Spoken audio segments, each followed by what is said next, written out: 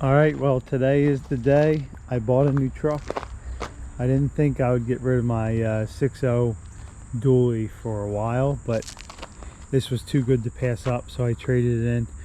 This is a 2015 GMC 3500 HD Sierra, GMC Sierra. It is as basic can be. The other truck I had was a King Ranch, so it was all decked out, but this, everything's plastic, old floor mats, all the floors are rubber. It's got that nice pleather interior. It does come with a couple USB things and whatnot, but it is four-wheel drive, and this is my favorite, the manual four-wheel drives. I will never buy a truck from now on with vacuum hubs and electronic on the dash four-wheel drive selector. That vacuum hub system worked horribly and it leaked, and I don't care what you say, it sucks. The only thing is they kind of get you with the back door because it's not really a full-size back door. I missed the F350 had another like probably foot on the back door, so it's a little smaller on the back seat, but I'm going to try to keep this nice. It's not brand new, but it's almost brand new. And then the comes with this rack and this box, and I was building a dually bed for my truck, but I think I'm just gonna have to get rid of it. I might keep this or throw a utility box on this. I'm not sure yet, but this looks so nice. And come around here, there's no rust anywhere. I looked underneath the whole truck, which I'm really happy about because I'm in Pennsylvania and it's usually very rusty under these trucks. I have 28,900 miles on this, so it's practically brand new. And it does have a built-in tow brake controller, so that's really all I cared about, and air conditioning. So what it doesn't come with is a backup camera or navigation or backup beepers, so I'm in the blind backing up. The dealership's getting me new tires, and the truck did come with another goodie surprise. I found on the way home someone selling a TB135 tag quick connect 1-foot bucket and a 3-foot grading bucket, which I definitely could have used on my last job, my first job with the TB135. That machine is awesome, but I definitely could have used that. But I found both of these for 500 bucks off a friend that we were close with, and I didn't know he had these buckets, and I asked him just for a shot in the dark, and he said, yeah, I got 2 sitting in the back of the yard. So I am definitely using these, and that machine will love it, and I don't have to make these. I can saved a lot of time, so I was very happy about that. So I got some goodies for this truck. So this truck is from Ohio, and the only thing that people laugh at is this front ridiculous bumper, and I nicknamed the truck Fat Lip because it looks like they got a bad lip injection. And I think, so I'm told, is this truck could possibly had those railroad train wheels that came down that would hug the track. I'm not really sure about that. It kind of looks too narrow. But it did come with this huge D-ring. So I bought the D-ring for the money, and the truck came with it. So I might be finding a new front bumper for this. But it does make for a comfy seat for eating lunch. So, which is ridiculous because I've never seen something so big. I might make a bumper. I'm not sure. It seems like a lot of time, but it is. It's probably 1,000 pounds. It's got and the truck has a 6-liter V8 gas engine, so I'm no longer accepted in the diesel community, which is fine because this thing is awesome. I found a USB-C by headphone jack adapter to plug my phone in to listen to music because it's not Bluetooth. And I brought 2 new brake rotors for the fronts because the steering wheel was shaking like a leaf when I was braking really hard. What else I got? I also got these Z36 towing pads for my truck. They're made by PowerStop. They're extreme, severe duty towing brake pads.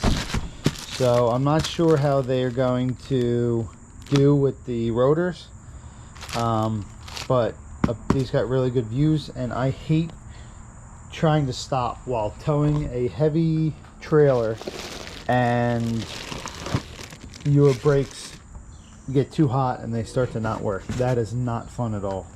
And last but not least, for now, because I keep buying things and I can't stop buying things, I got a rear view mirror backup camera, because that does not have a backup camera. So it sits on around your rear view mirror, and that's bolted to your license plate. And then I'm going to wire it up to the reverse lights so it kicks on when the reverse lights kick on. So I'm going to do a little really quick tutorial on how to install this. I've never used this before, so I hope it's good. And here's the mirror. So it acts as a mirror, and it goes around your existing mirror, and then there's a little screen here on the corner, like so. So we'll see how it works. All right, it says step 1, mount the camera. And I don't know which way the camera is, up or down, so hopefully it's not upside down when I mount it. All right, here's the mirror in the truck. There's 4 spring clamps back there that hug the mirror. I thought it was kind of hokey at first, but it's actually has a really strong bite, so I'm not worried about that falling off at all. I'm actually pulling pretty hard. All right, cool. Now I have to figure out, I'm going to mount this up here all the way across down there into that corner, and then figure it out from there. All right, I popped there's 2 10mm screws in this handle, just like the other side there. Piece of cake, just pops right off. Take the weather stripping out. Then I can follow this wire here down under the dash, goes probably behind this, and then I can just tuck it under the truck and run along the frame rail. So this is the easy part. All right, so they give you this like 15-foot wire or something. I popped off this panel here and the fuse panel, and as long as you pull this weather stripping away, you can just tuck this wire down here, just follow a bunch of wires, and then wherever it leads to, boom, pop that in, and you are down underneath the truck, run it through the frame rail, and you're around back. All right, I drilled a really small hole in this grommet here, and I'm pushing this cable end up, and there it is. And that's a really nice tight fit, so no water will leak. So I'm gonna run that up and up. Okay, now you see the wire. Oh, it's starting to rain. Dang it. Hurry up. See the wire? I'm under the truck now, so I'm just going to run it along this whole harness here, this huge harness. Run it all the way back, run it all the way to the back, and plug it in and connect it to my reverse lights. All right, well, I temporarily ran all the wires to the back. I'm gonna see if make sure everything works. And then tomorrow morning when it's actually daylight, I ran it all across the bed, down here, and then clipped it into my reverse wire. It's a light green wire. I have all the wires dangling right now. And I know it's a light green wire because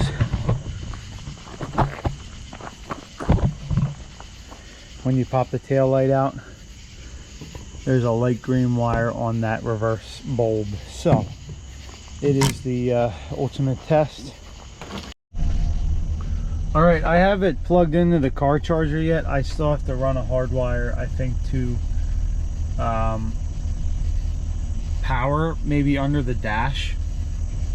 But I have it working, and it works pretty well. I had to tilt the camera down a little bit, but that's it for this. I'm gonna hardwire it into the dash somewhere, and then I have a couple more things to do on the truck. Boom, running boards. Picked them up for 150 bucks today, so I'm getting rid of them. These things look brand new. Install them in 15 minutes, so I can get my fat butt inside without jumping. Next little step, on a 2015 GMC Sierra 3500, I'm assuming it's 1500 and 2500 and maybe all the Chevys and whatnot, on the green plug under the dash, right under the driver's feet, there is a green body control module plug right here. It's green. There's a purple with black stripe wire that is ignition hot. I don't want my radio or my what's it called, mirror on when the ignition isn't on, because it'll kill the battery, and I don't like that. So I have the keys out. Grab your little light, make a little slit in the wire, tap it, connect your ground to whatever steel. All right, no light. Grab your keys, double, triple, quadruple check, key in the ignition on, ding ding ding. Grab your little pen light, touch the slit, lights up. You know that is ignition on for this sake. So that's what I'm going to be connecting to. It's nice.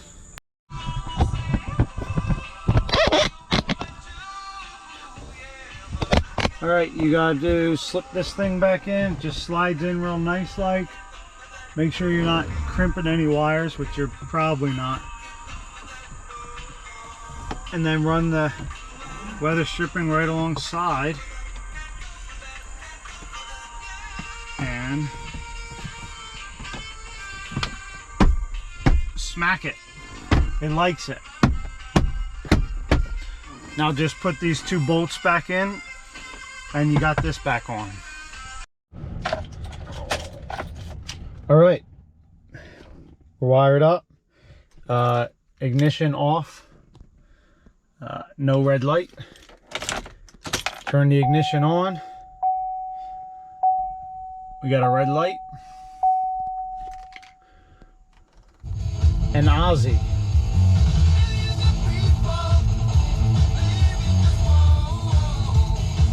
Nice. All right, and you can turn this on, and there is my hitch. Shows up in that corner. I just have to now wire the reverse light, so when the reverse light comes on, it will power this or something. All right, so I hooked up the reverse power wire. It's just pretty much a signal wire to tell the mirror when the truck is in reverse. So I have the truck started. I'm in park right now. and the mirror is off. I'm not touching it. So when you hit the brake and go into reverse, the mirror automatically kicks on and there's the screen. And if I know you can't see it on camera, but the screen is actually super crisp. So yeah, we're good to go. This is done. And the when you put it into park, the mirror goes back off again.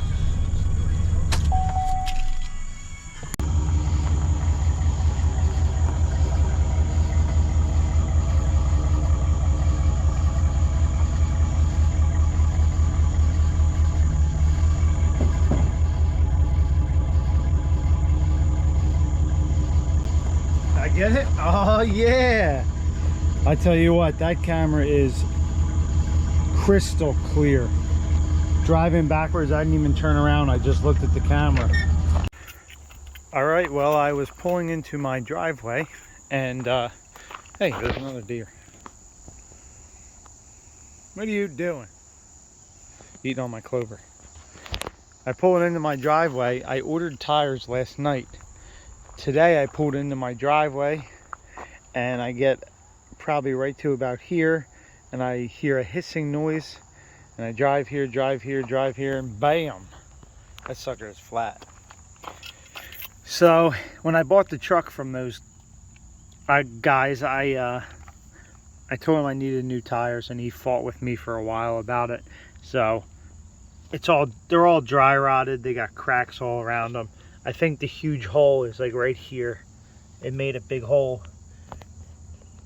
And the guy fought me, and I was actually getting really angry with him, and I told him off a little bit, and then I went and collected money from him, and I got money for new tires. So I'm going to pop all these tires off because I can't drive there. I don't have a spare, and I don't have a tire that'll fit that, unfortunately. So I am going to jack up the truck and pop all 4 off and drive tomorrow during work and get the tires changed.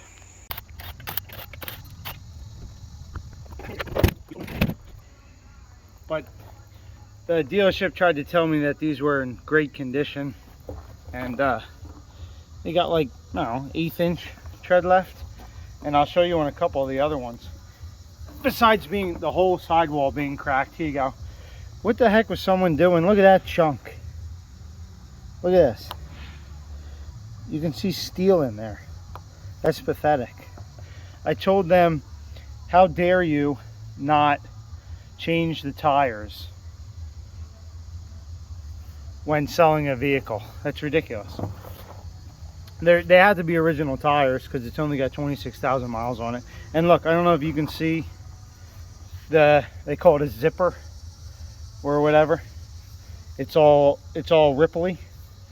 If you can see that in the camera. Yeah, you can. Let's see this big bulge here. That's all the steel inside of it just breaking. And I'm going to deflate these because I'm kind of worried about them blowing up. I don't like handling them.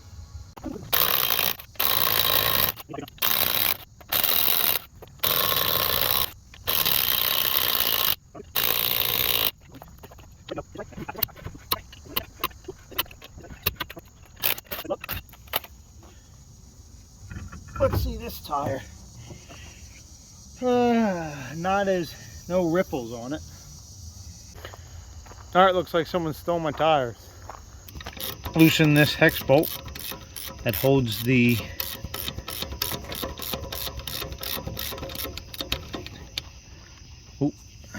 pad on. Alright, hang your caliper up. Take those 2 bolts out. Hang your caliper up. Most of the time you can just flip it up, but I couldn't in this instance for some reason.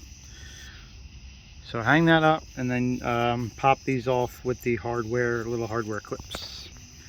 Just take extreme note on how you pull the hardware out. Seems like every vehicle the hardware is different. So that's how this went. The little curl went towards the outside. So I lubricated the back of it. This is what I do. And Just slide it all up in there, and it sits just like that. It'll tell you where to lube up. Slide that in there. Slide that in, boom, done. I like to lube the back of here where the piston and the backs of these calipers, just so when it rattles, it doesn't squeak, squeak, squeak. It seems like there's more surface area on the brakes for the OEM ones, but these are severe, so we'll see how it goes. I'm gonna pop this one off and do the same thing. All right, I looked it up, and the caliper slide pins here inside the caliper are 77 foot-pounds. I couldn't believe it. That's a lot for a caliper slide pin. Happy days. All right, now you just did a pad slap, no rotor change. I'm going to do the other side tomorrow morning. And remember to grease all of your control joints and steering joints. Have a great night. Got tires.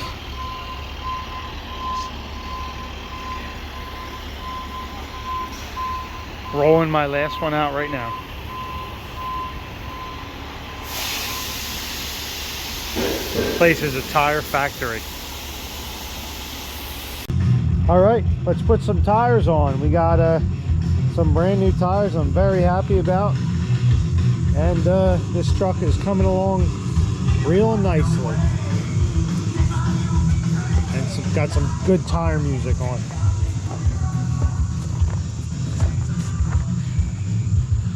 All right, I got new tires.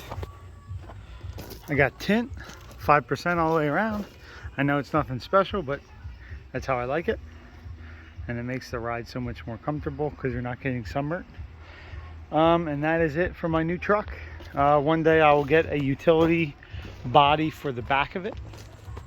But for now, it rides the most comfortable truck I've ever driven. So I'm pretty happy about it. Thanks for watching.